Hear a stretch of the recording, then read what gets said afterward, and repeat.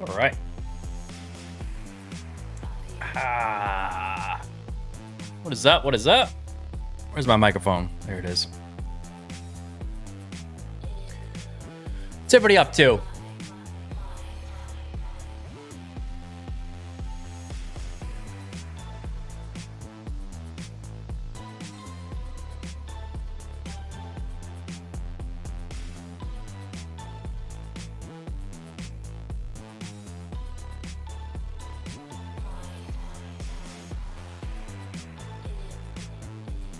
There we go.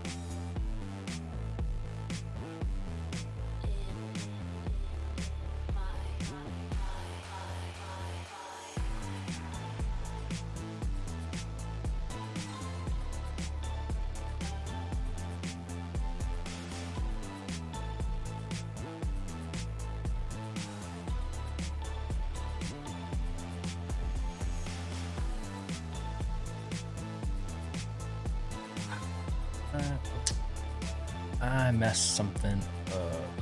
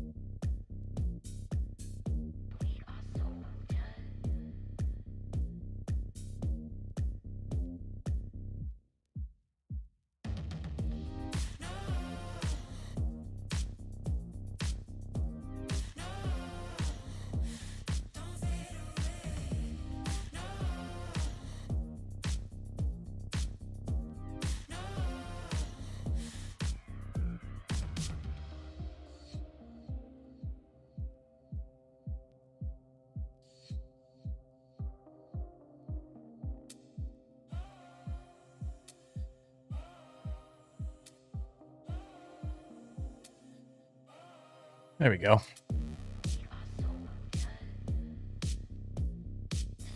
There we go.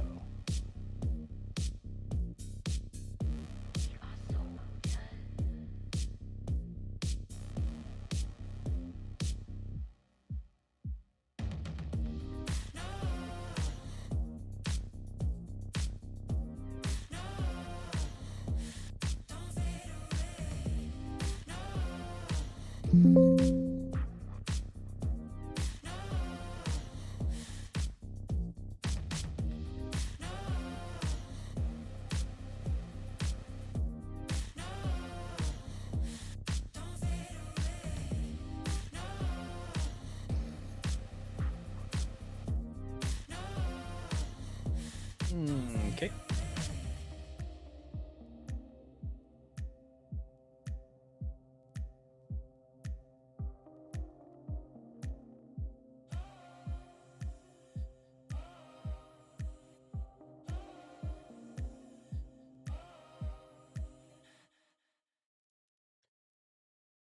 What is up, everybody?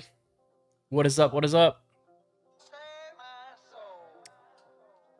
So YouTube rolled out a new feature where I can live stream to multiple versions of YouTube through like the same button. So I figured I'd fire that up real quick while I'm drinking some coffee and kind of just chat with everybody and, you know, see what's up. Little Sunday chill stream, you know?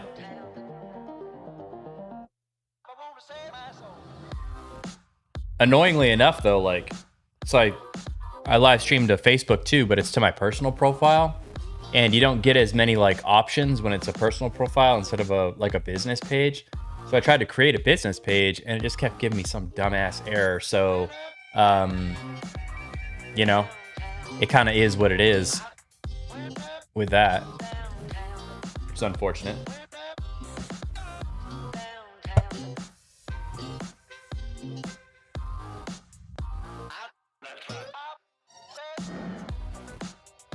All right, so it looks like streaming just fine to you or to Facebook. Let's see.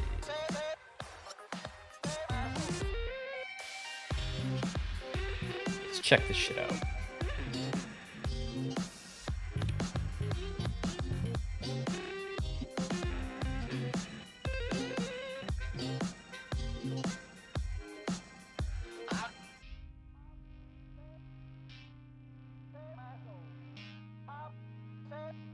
Yeah, looks like that stream is working. Perfect. Easy enough.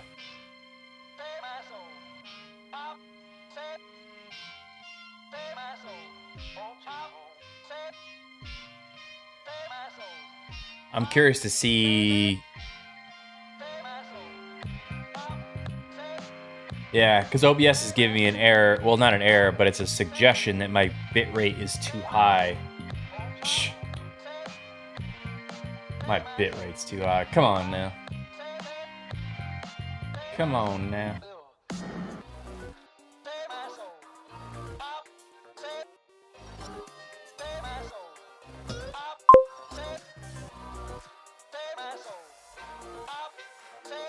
Perfect. Perfect. Perfect. Perfect.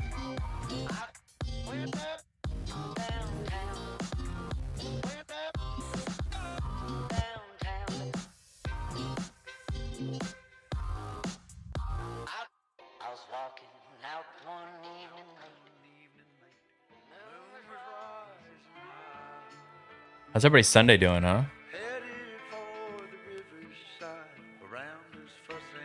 You know what? Let's show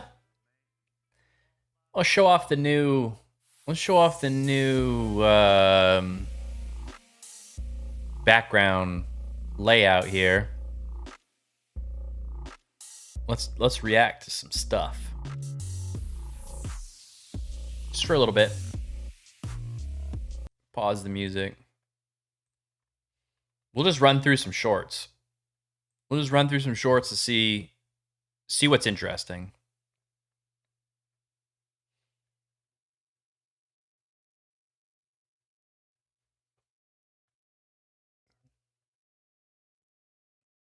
Yeah.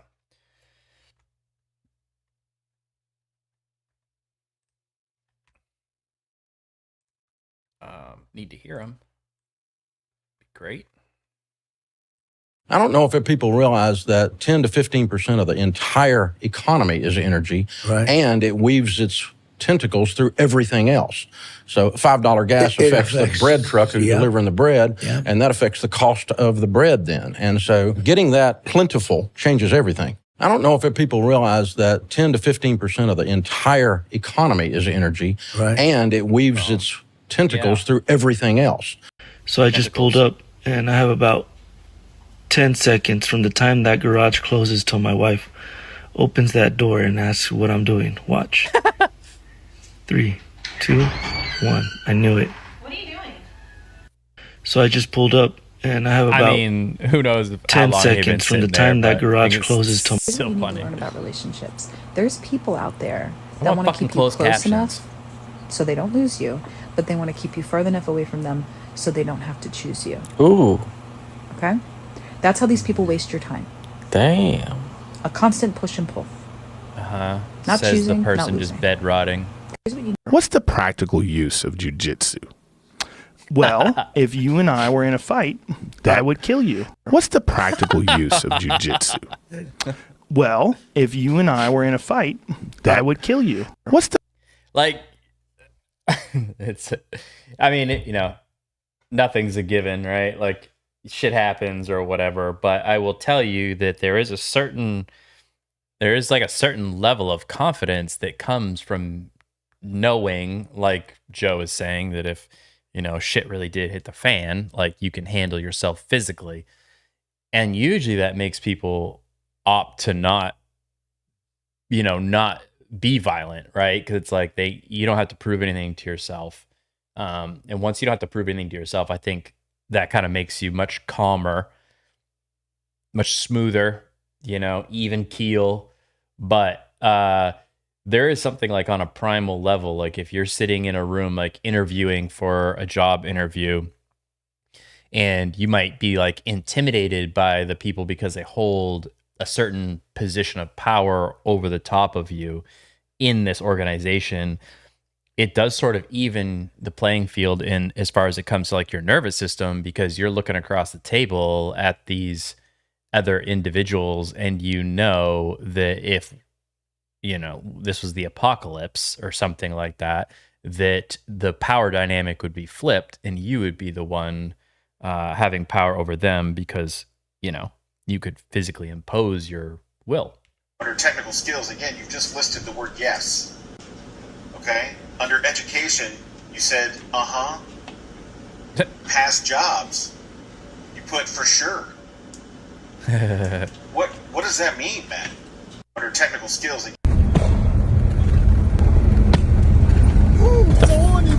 and that's why my women live God. longer. Anyways, I need 6 friends, 2 Suzuki Samurais, a couple cases of Roman candles, and a dirt road on a Friday night. I ain't here for a long time, but a good time. I gotta watch that again. Oh, And that's why women live longer. Setting my VPN to Britain before posting offensive memes. Man, maybe everybody should. Just warming up dinner.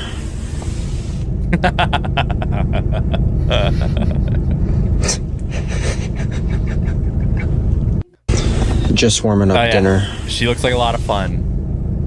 Wicked sense of humor. My God. Just warming up dinner. Oh shit. Got out of bed at all. The morning rain clouds up my eyes. If I were a single woman, You know what? That's like this. Like what disgusts me the most about this is like the like I can taste it in my mouth, like how watered down like the wine in the soup would be. If I were a single woman, this is exactly how I would get my dream man. So ladies, take notes. First, I would take my physical appearance very seriously. Men are visual. Men value beauty. They always have. Everybody does. Nobody walks up to somebody that they think is not attractive in hopes to start a relationship with them. Why would you do that? Physical attraction is the very first thing that somebody sees about you, and that is what that's what starts everything else. You know what I mean? Everything else is important, looks fade, all that stuff, but like you can't look like a dumpster fire and then wonder why no one's even approaching you or starting to talk to you. They always will. So get in excellent shape, take care of your skin. I would take care of my hair, my scent, my diet, my femininity. Not for validation, but because a dream man deserves a woman who looks like she respects herself. You cannot expect a high value man while putting in low value effort. Doesn't work that way. Second. Oh, but yeah, true. But like she's talking to a certain demographic, but this is like a general saying, like, you should want to try to look as good as you can for your partner or your future partner. And if you looked a certain way when you started dating, you should try your best to maintain that look as much as you can. Obviously, like as you age, your hair grays and all that stuff, whatever. But like if you start off and you weigh 150 pounds, you should be trying to be 150 pounds or keep improving, whatever. But like you shouldn't just expect the person to stick around if you go from 150 pounds to 400 pounds. You know what I mean? Like we all have preferences and like what we're attracted to. And if you're attracted to a female that weighs 150 pounds, you can't be expected to be attracted to the same female when they weigh 400 pounds. You could still love them because love and attraction are on two different scales. And I would become peaceful, not perfect. Men do not fall in love with chaos. They fall in love with peace. So I'd be soft, warm, feminine, a woman whose presence feels like a reset, not a burden. Modern women underestimate how powerful softness and peace is. Third, I would learn how to cook, clean, and create a home. Not because I have to, but because it makes me a gem in a world where most women refuse to do anything traditional. Men appreciate a woman who adds value to his life, not one who competes with him. No, being feminine is not oppression. It is strategy. Fourth, I would go to therapy and heal my trauma. I would not dump emotional damage onto a man and expect him to fix me. My dream man is not my therapist. He is my partner. So I'd work through my triggers, my patterns, my childhood wounds, so he gets the best version of me, not the broken one. This alone puts me ahead of 90% of modern women. Fifth, I would always admire him, not challenge him. Men thrive on respect and admiration more than just whatever compliments. I would tell him, I'm proud of you. I trust your leadership. I respect how you carry yourself. Admiration pulls masculine men closer to you. Nagging them pushes them away. 6, let him lead. Not because I'm weak, but because the polarity creates the attraction. When he plans the dates, I show up looking amazing. When he opens the door, I smile and say thank you. When he takes the initiative, I lean into my softness. Femininity amplifies masculinity. And finally, I'd make him feel chosen, never controlled. Dream men do not commit because they feel trapped. They commit because they feel valued. And if I were a single woman, I wouldn't chase my dream man. I would become the woman he dreams about and let him choose me. Yeah, I mean, everybody likes to be valued. Everybody likes to be valued. Everybody likes to, be appreciated. So it's one of those things that everybody should strive to do for their person. You know what I mean? Like everybody should be wanting to show appreciation for your person, your partner. You know? trying to do something with this Facebook feed here. Give me a second.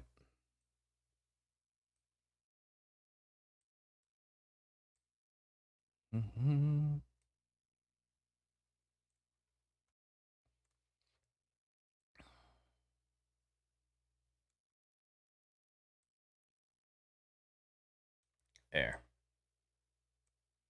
That looks better.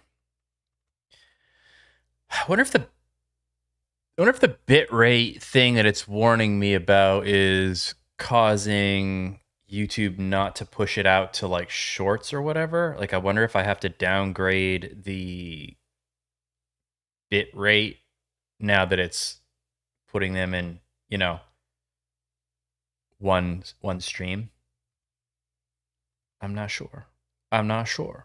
But let's get back to reacting to a few things here.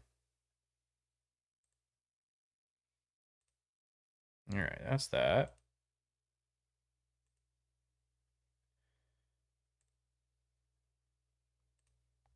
Okay.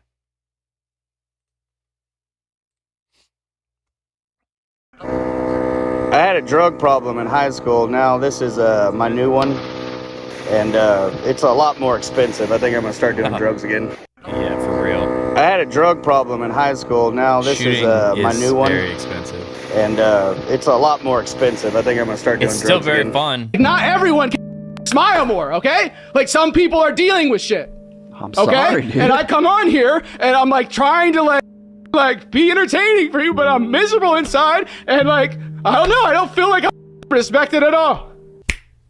You never hit a man where he's weak. Never.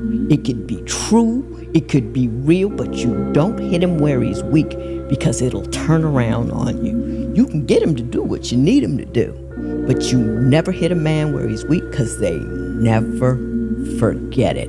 It lives with them. When the man opens up, that's facts. When he really opens up, don't you use what he said when he was open. Yeah. To prove a point when you want to win an argument. You will never hear the full story from us ever again. Ever again, baby. And we'll start to say stuff like this. How are you? Good? I ain't good, but I just ain't telling you. Big boys don't cry. Stand up, be a man. Take it like a man. Hold it in. Suck it up. We train men to be silent. And then... You know, I kind of agree with him on this a little bit. Like, there is that, like, don't cry, suck it up type thing. But I think what really happens is, for men, no other emotion is productive for us.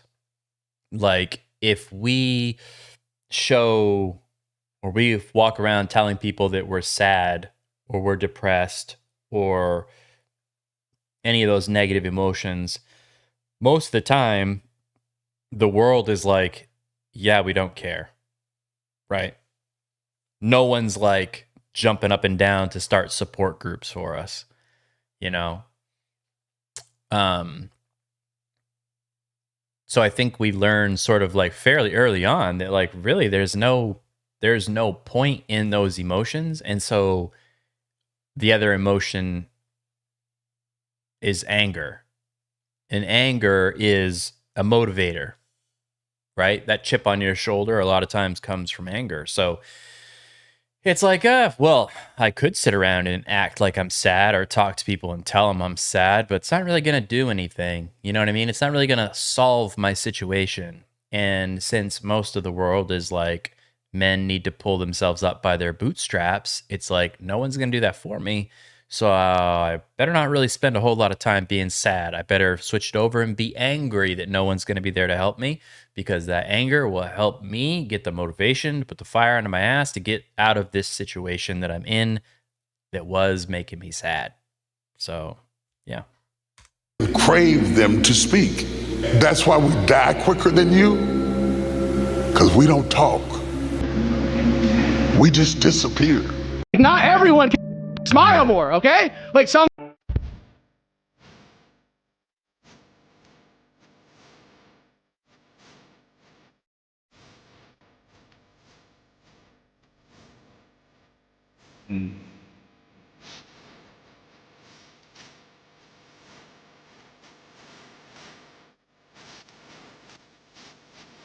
I do not want to hear this song. Fuck that song. God. Yeah. They're running because the police officers and the firefighters just showed up. Ah, shit. Had to. All right, now I can turn this back on. And you own those 10 rental houses at the age, buy 10 rental houses before you're 30. And you own those 10 rental houses at the age of 30. When you're 55, more than likely, all of those properties are going to be paid for. And if, let's just say you still have a balance on all 10 because you put them on 30. Well, yeah, that would be great. I don't understand. I mean, I understand, but owning 10 rental properties by the time that you're 30, how do you get the money to begin with? How do you even get it started? You know what I mean? How did you even get it rolling?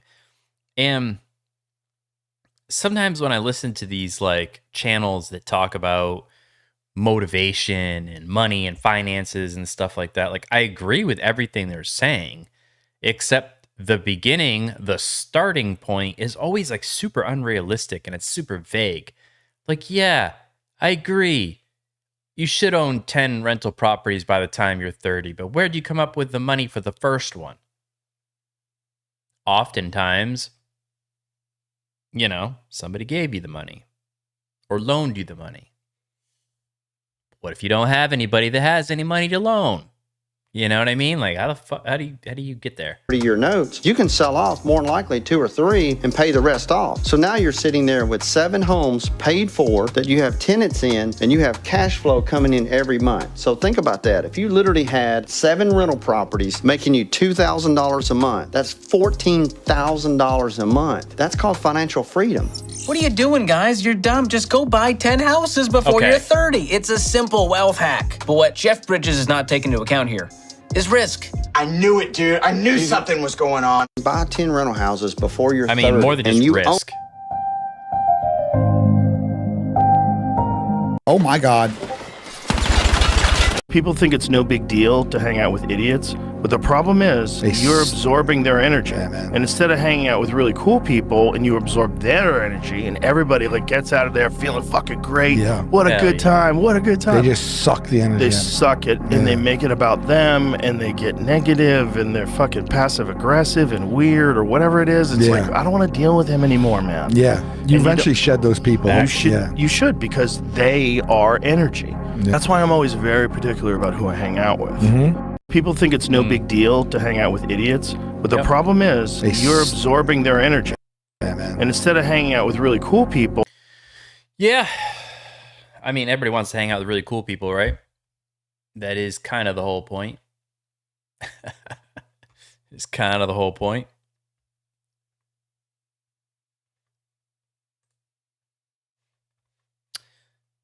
All right. So that looks like it's working fairly decently. I got to find out about this bitrate thing though, because usually more traffic comes through the YouTube side of things, and I've only had 1 or 2 views come through, and that's not usually correct. So yeah.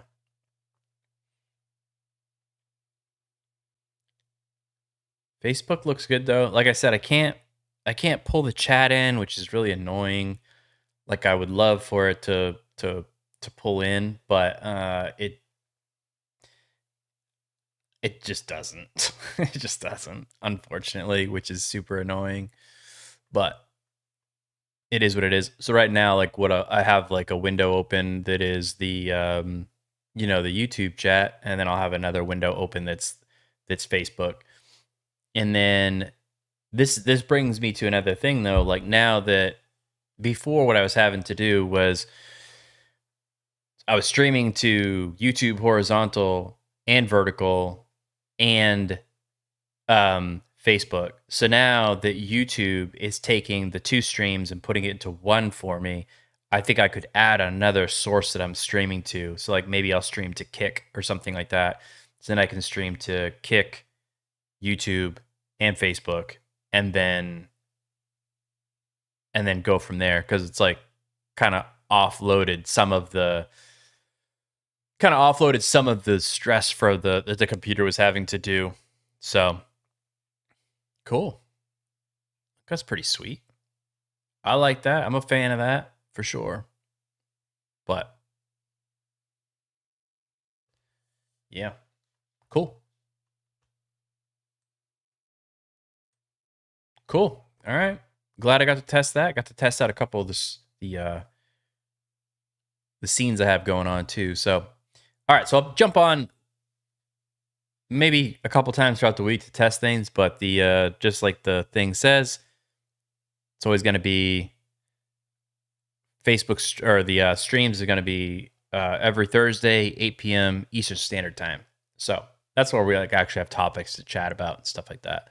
So yeah, catch you all there. Peace.